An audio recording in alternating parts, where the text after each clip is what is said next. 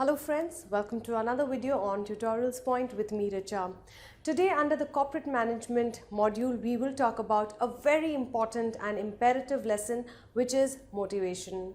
Well friends, for any corporate company or any startup to really function properly, you need to have employees who are really motivated to perform and passionate about coming to work. Now that is a challenge which most of the organizations and most of the corporates are facing nowadays, lack of motivation. And today in this particular module, we will talk about how to really understand this particular segment of improving the motivation of your employees. Well, what we will talk about in the agenda is explain the meaning of motivation. We will talk about explain the approaches, different approaches to motivation, and what are the steps in motivation. So I'm very motivated to teach you this module. So what exactly is motivation all about? Well, if I have to give you a definition or a description of it, motivation refers, or rather it represents, an unsatisfied need which creates a state of tension or disequilibrium, causing the individual to move in a goal-directed pattern, restoring a state of equilibrium by satisfying the need. So when we say that a person has lost his or her motivation, what you're really saying is that person's pattern has really lost in terms of has gone a bit down than what it was. So there has been a disbalance or a disequilibrium. When you get them back into a motivated state is when you have restored their state of equilibrium. Well, for motivation, how it happens is there is a deficiency of need. That need could be a basic need or a primary or a secondary need. So there is a deficiency of that need. We need to give them a particular drive to get them motivated for that particular deficiency with some particular direction that is given to them so that they know a way to function properly. A direction is given, as well as goals or incentives are given to them, some kind of a freebie or some kind of a motivation factor is given to them so that there is a reduction of drivers and fulfillment of deficiencies.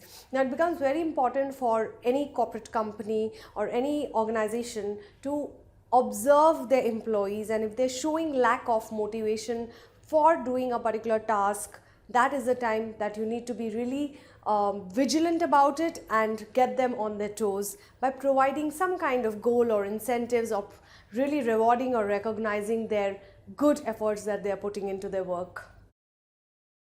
There are different types of motivations or motives. There are some are primary motives, general motives, and secondary motives. Now if a person's basic things are taken care of, then that person will be really relaxed and able to do his or her job well. If for example he gets food to eat, or if he's his hunger is taken care by him, or he has a roof above his head, or he has a good night's sleep, that are the primary motives, and that comes under basically your physiological or physical well-being of the person is taken care of. That is the primary motive. The secondary, rather the general motive, is not something which is physiologically challenged or something like that, but what it is based on is curiosity, manipulation and affection, wherein people become a little greedy or diplomatic and tactful to achieve something. That's your general motive. The secondary motives are closely tied to the learning concept, which is achievement of affiliation, power, security, status, and getting some kind of immediate feedback. That is secondary motives. Every person in the organization or every employee really goes through these one or two or three different motives, and that is the reason we say that we need to be very observant and vigilant in order to understand which particular employee is having deficiency of which particular motive, and accordingly you need to take care of that motive.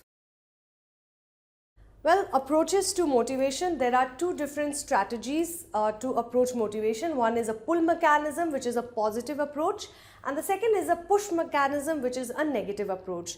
Let's take a look at this positive and negative approach towards motivation. Sometimes, not always, motivation is positive. At times, people also give negative motivation to get some work done. So let's take a look at these. A positive motivation is like a pull mechanism wherein you try to do so much positive things for your employees that they are really motivated to perform at their very best.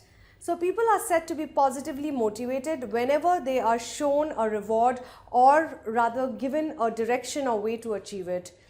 People love to get appreciation and compliments and rewards and recognition if they put in a lot of effort.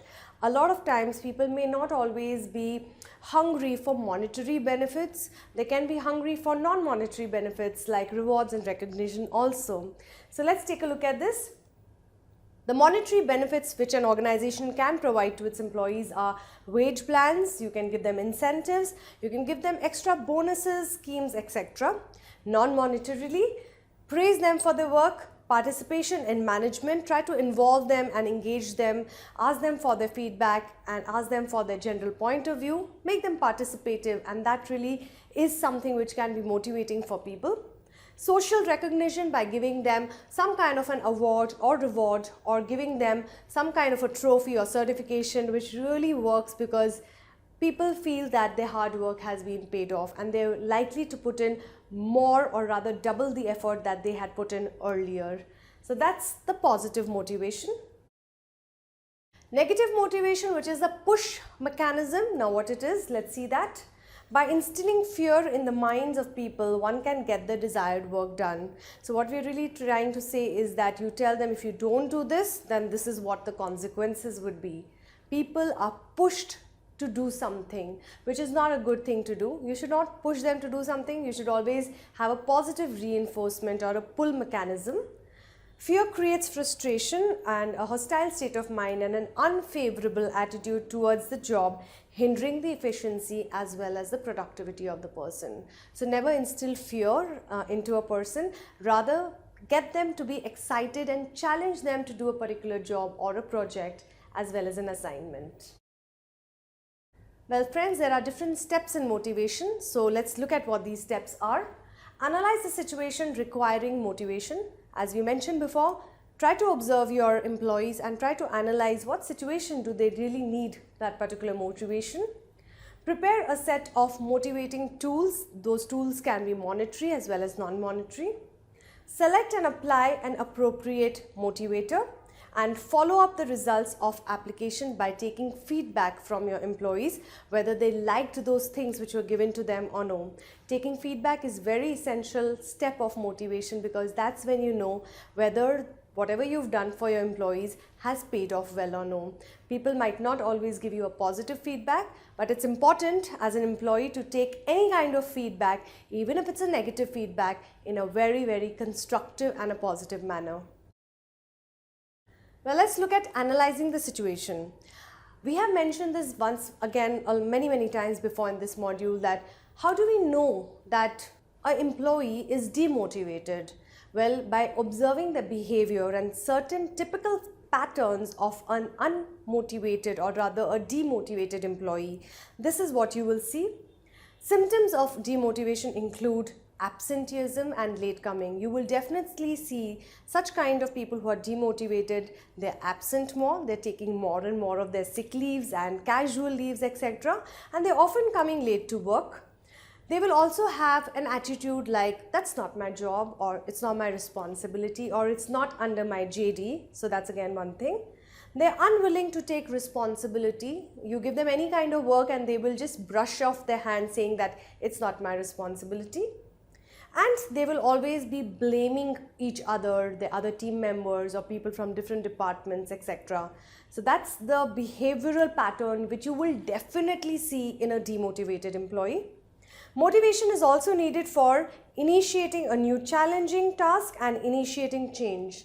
A lot of times people get very bored in their day-to-day routine at workplace. Now as a leader or as a manager or a head of the company or founder of the company, it's important that you understand how to give them challenging tasks and make it interesting for them so that boredom does not set in.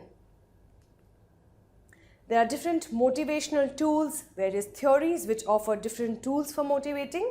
Basically, there are again two approaches, positive or negative approach towards motivation. Well, friends, to conclude this particular topic on motivation under corporate management, motivation strengthens the ambition, it increases the initiative and it gives the direction, courage, energy and persistence to follow one's goals. And you would definitely need a lot of motivation in your employees if you want them to really achieve the goals for the company. A motivated person takes action and does whatever is needed to achieve his or her goals as well as the company's goals. Motives are divided into three categories. As we mentioned before, it's primary, general as well as secondary motives. Well, I do hope you have enjoyed listening to this particular module on motivation. Thank you for watching us.